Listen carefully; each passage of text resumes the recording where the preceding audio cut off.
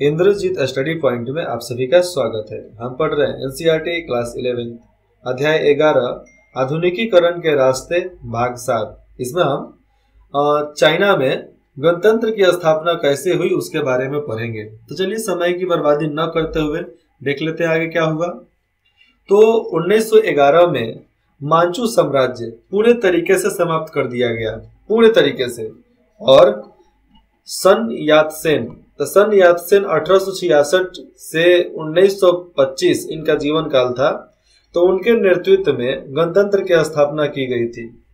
वे निर्विवाद रूप से, कोई विवाद नहीं हुआ था, तो निर्विवाद रूप से आधुनिक चीन के संस्थापक माने जाते हैं, क्योंकि उनका विरोध करने के लिए कोई था नहीं।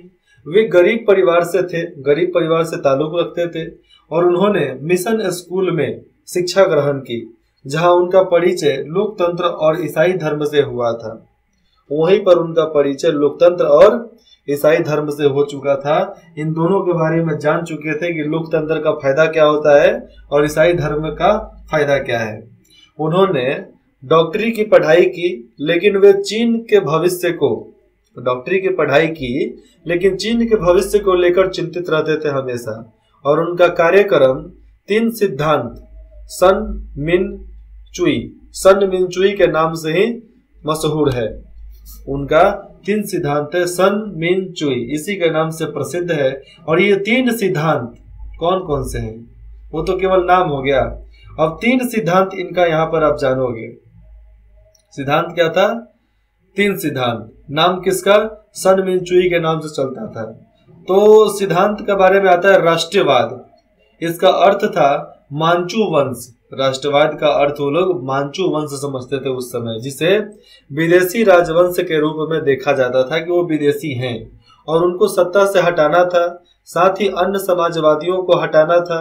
गणतंत्र या गणतांत्रिक सरकार की स्थापना करना था।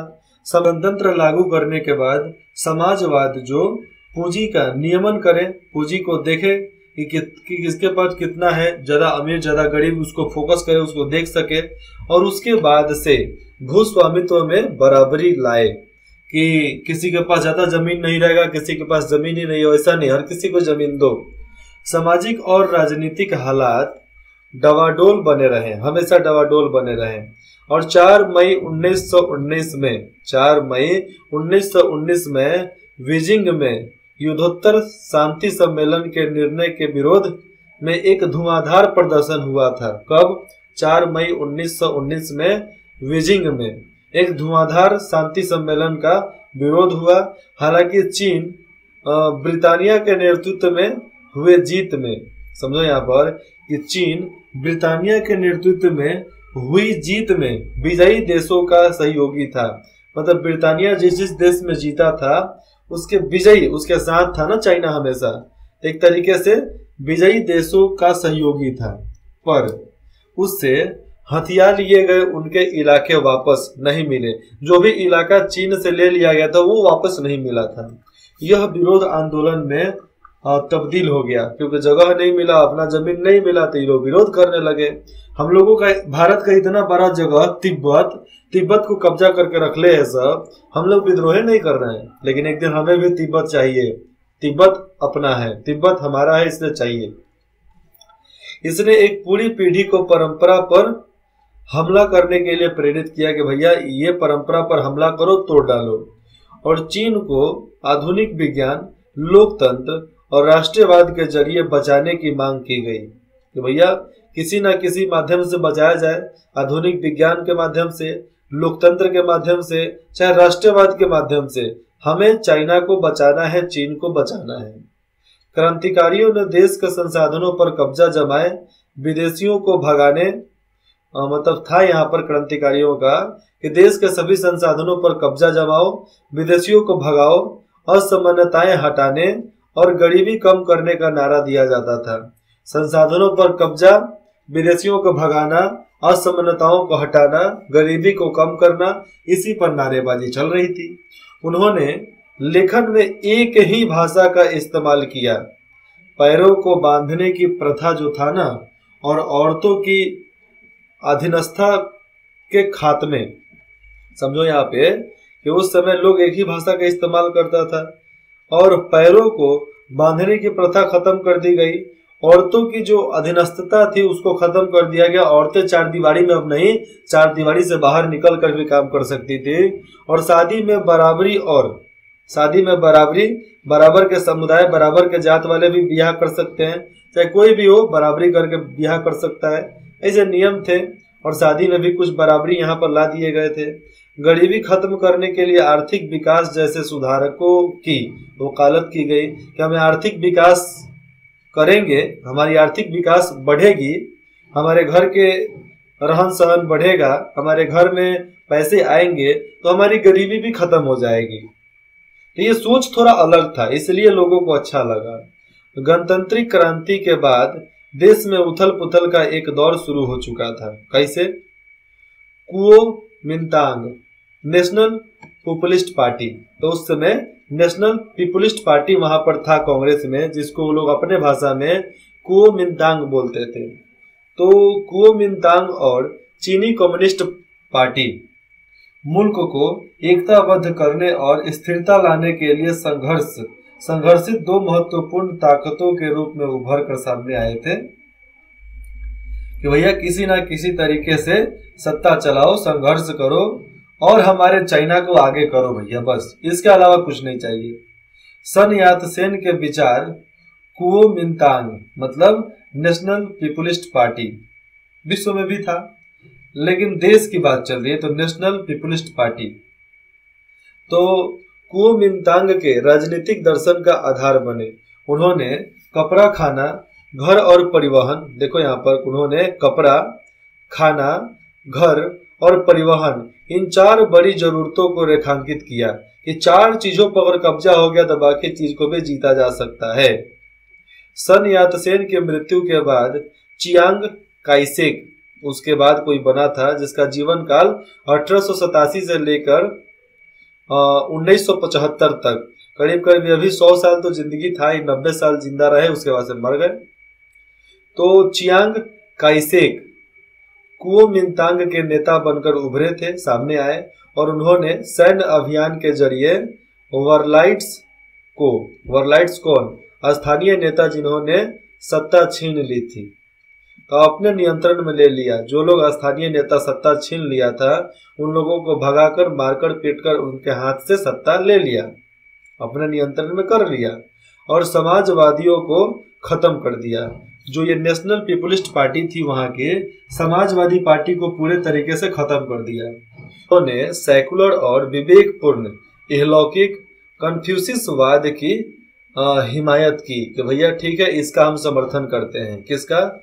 इहलौकिक कन्फ्यूशियसवाद का वो लोग मतलब समर्थन दिए।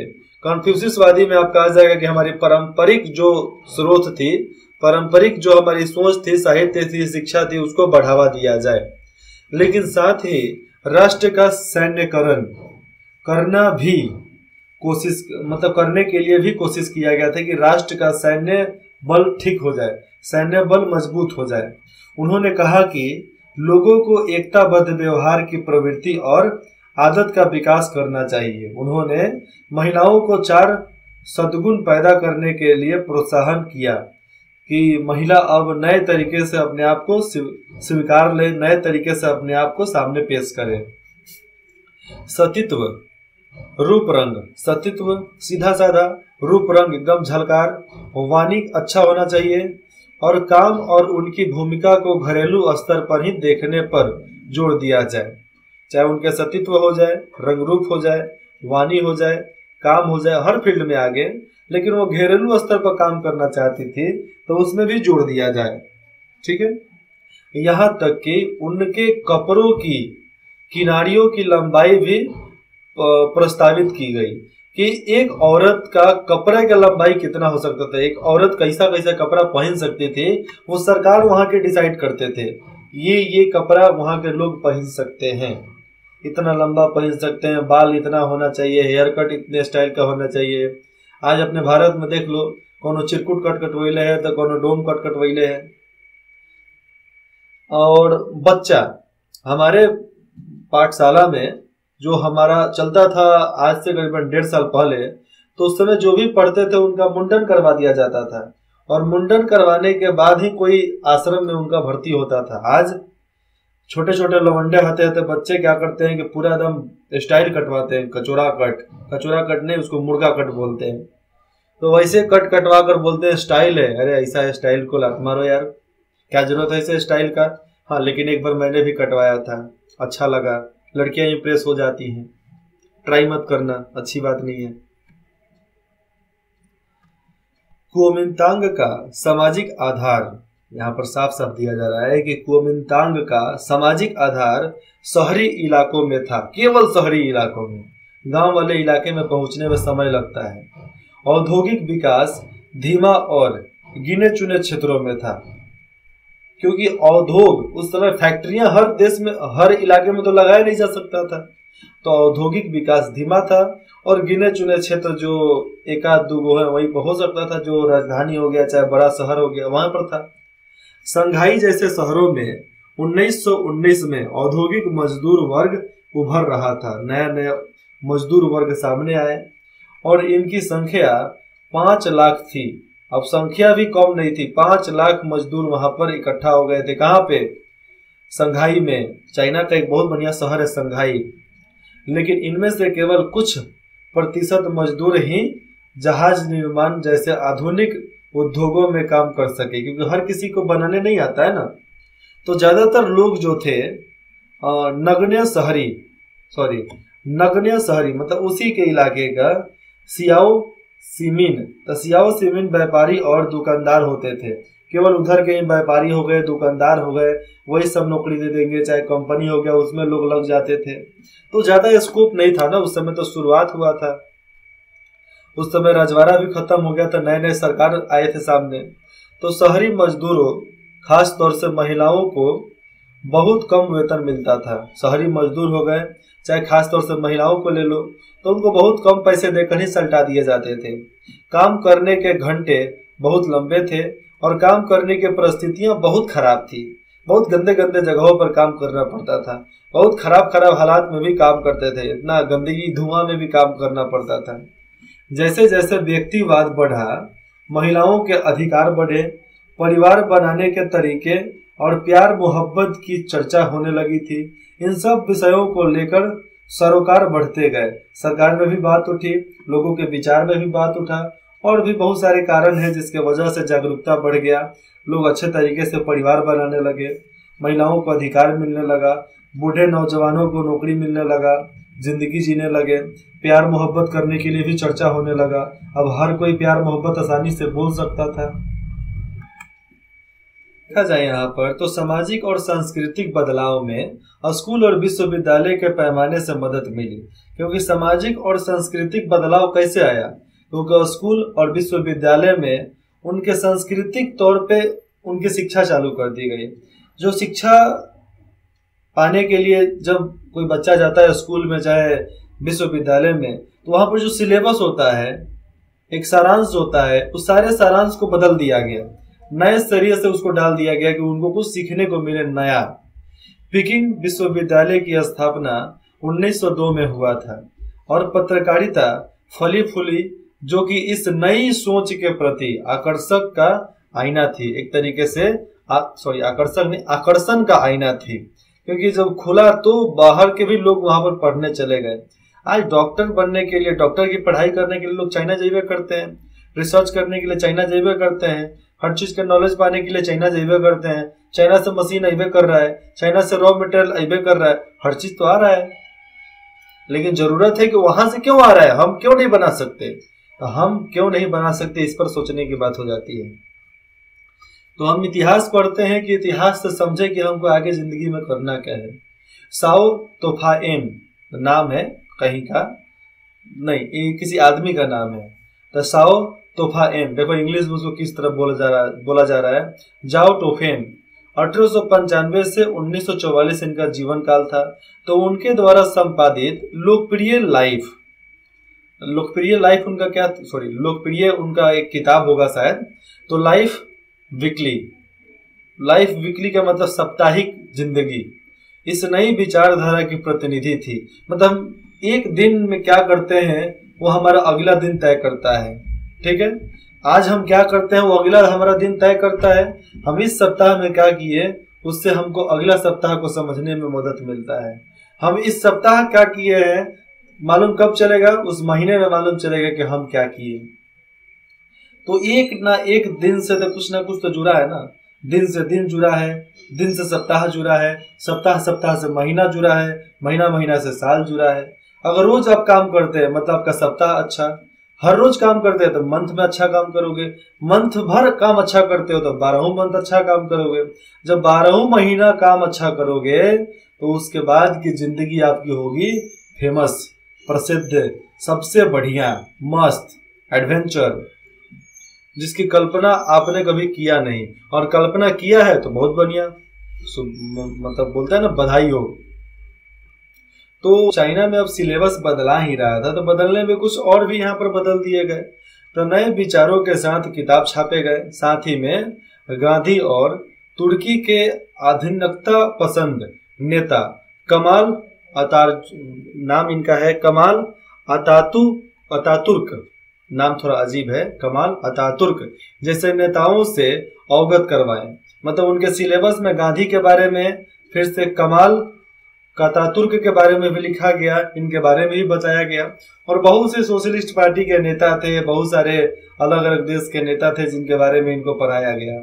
इसका विवरण 1926 में केवल 2000 पंक्तियों में, उससे बढ़कर 2000 पेजों से बढ़कर 1933 में 2 लाख हो गया था।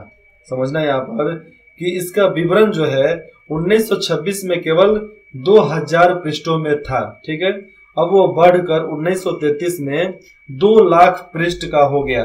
समझो कितना ज्यादा विवरण उनके बारे में दिया गया होगा, बहुत बड़ा विवरण दिया गया होगा, तभी ना इतना बड़ा यहाँ पर आंकड़ा दिख रहा है हमें। यहाँ पर क्रियाकलाप है, भेदभाव का एहसास लोगों को कैसे एकताबद्ध करता है। भेदभाव का एहसास जो है लोगों को एकताबद्ध मतलब जोड़ता कैसे है, ये जोड़ना है हमें, बताना है हमें। तो यहाँ पर कुछ है, रिक्शा खींचने वाला, ये रिक्शा खींचने वाला है, देखो अपना वो शरीर उसमें डालकर खींच रहा है। लांजिया द्वारा बनाया गया काष्ठ चित्र, लाओ सो 1936 द्वारा रचित उपन्यास रिक्शा एक गौरव ग्रंथ बन गया। तो उस समय रिक्शा एक गौरव ग्रंथ बन चुका था। तो ये कोई फालतू की बातें नहीं होती है कि इसमें एक नए तरीके से जोड़ा गया था। तो अब ब्लू वाले के बात कर लेते हैं। तो 1935 का संघाई, तो 1935 का संघाई में एक काला अमेरिकन तुरही वाहक, शायद रिक्शा खींचने वाला, बल्क क्लेटन।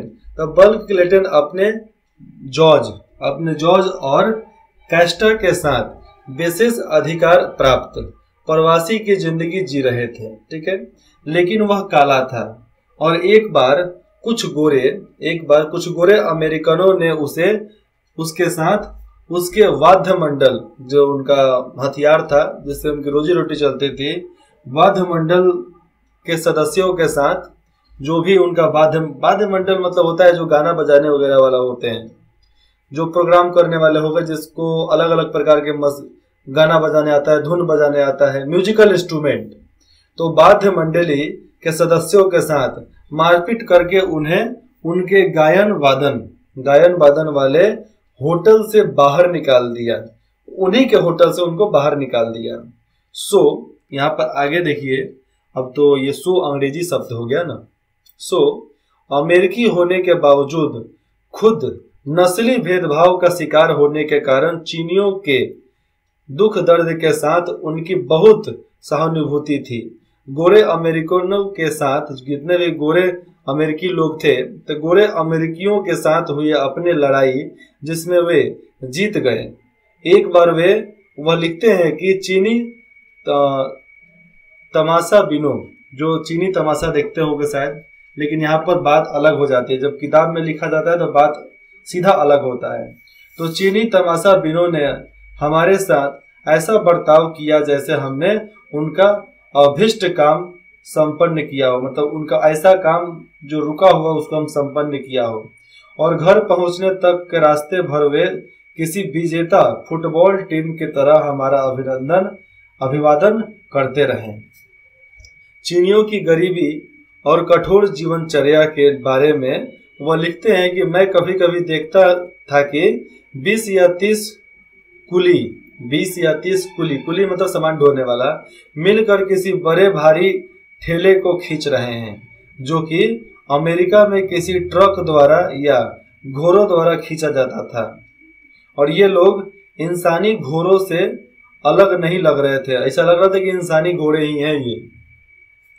और पूरा काम करने के बाद उन्हें इतना ही मिलता था कि किसी तरह पेट भर चावल और सोने के लिए एक जगह हासिल कर सके, उससे ज्यादा ये नहीं कमा सकते थे।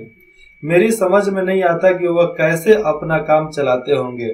सही बात है, आपको आज दिया जाए केवल खाना खा सकते हो, रह सकते हो कहीं, बस दो टाइम का खाना और सोने रहने का जगह, तो उतना में आप रह लोगे? नहीं रहोगे, क्योंकि आपकी च्वाइस ज्यादा है, चाहते ज्यादा है। क्यों? क्योंकि मोबाइल है तो हम देखते हैं तो चाहत बढ़ती है तो हमें नया कुछ चाहिए। अब नया चाहिए तो बदलाव करो, बदलाव चाहिए तो हमें और आगे बढ़िया तरीके से जूझना पड़ेगा, जाना पड़ेगा। इसके लिए अपने आप को बदलना पड़ेगा। देश को एकीकृत करने के लिए अपनी कोशिशों के बावजूद कुमिंताओं अपने संकीर्ण सामाजिक आधार और सीमित राजनीतिक दृष्टि के चलते असफल हो गए थे। सन यात सेन के कार्यक्रम का बहुत अहम हिस्सा पूंजी का नियम मतलब पूंजी का निवेश और भूमि अधिग्रहणों का चाहे भूमि अधिकारों में बराबरी आना कभी अमल में नहीं आया था, क्योंकि पार्टियों ने किसानों और बढ़ती सामाजिक असमानता की अनदेखी की। इसने लोगों की समस्याओं पर ध्यान देने के बजाय फौजी व्यवस्था थोपने का प्रयास किया। फौजी व्यवस्था कौन सा? मतलब बाहर से नहीं, देश के ही फौजी लोग आएंगे, सैन्य बल को भेजा जाएगा और जो मनवाना है उसको मनवा लिया जाएगा। बढ़ती हुई कीमतों की कहानी देखो, इतना चीज का कीमत अगर बढ़ गया तो देश में महंगाई बढ़ गई। जैसे में बैल मतलब जानवरों का कीमत, सुअर, आटे की बोरी, मुर्गी, अंडे, कोयला का टुकड़ा, पन्ना, अगर ये 3 चीज का मतलब 1 2 3 4 5 6 7 8-10 चीजों का दाम बढ़ गया तो समझ लो कि जिंदगी जीना बहुत मुश्किल हो जाएगा। ये चाइना की बात थी, क्योंकि वहां पर तो बैल वगैरह भी खा जाते हैं, गाय भी खा जाते हैं। लेकिन अपने भारत में क्या? अपने भारत में अनाज का दाम बढ़ जावे, ये मांस का दाम बढ़ जावे, कोयला का दाम बढ़ जावे, पन्ना का दाम बढ़ जावे, उसके बाद से देखो किस तरह महंगाई बढ़ता है।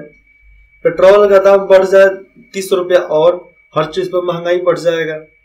चाहे डॉक्टर हो, चाहे आम इंसान, चाहे नेता हो, चाहे मुलाजिम, हर किसी का डिमांड बढ़ जाएगा, हर किसी का तनख्वाह बढ़ाना पड़ेगा और हर जगह पर फीस बढ़ जाएंगे। लेकिन चाइना में था उस समय 1937 में बैल का कीमत बढ़ा, 39 में सुअर का कीमत बढ़ गया, 1941 में आटे की बोरी महंगी हो गई, 1943 में मुर्गा का दाम ज्यादा हो गया, मांस का दाम ज्यादा हो गया, 1945 में अंडा का दाम बढ़ गया, तो कोयले का भी दाम बढ़ गया, पन्ना का दाम 1949 में बढ़ गया। अब समझो कि वहां पर महंगाई क्या हद तक बढ़ी होगी। आगे देखते हैं समय रेखा में जापान का है, चीन का है। तो 1603 में तोकुगावा लियासु मतलब यहाँ पर एक जगह जो था ना, तोकुगावा लियासु द्वारा ईडो सेगुनेट की स्थापना कर दी गई और 1630 में डचों के साथ अपने सीमित व्यापार को छोड़कर अन्य पश्चिमी शक्तियों के लिए जापान के दरवाजे बंद हो गए। मतलब एक देश के अलावा, कौन देश? डचों के अलावा बाकी सभी पश्चिमी देशों के लिए व्यापार बंद। चीन में देखा जाए तो 1644 से 1911 के बीच में छिंग राजवंश का शासनकाल था। 1839 से 60 के बीच में 2 अफीम युद्ध हुए थे जिसमें चाइना भी शामिल था। अब जापान की बात करते हैं।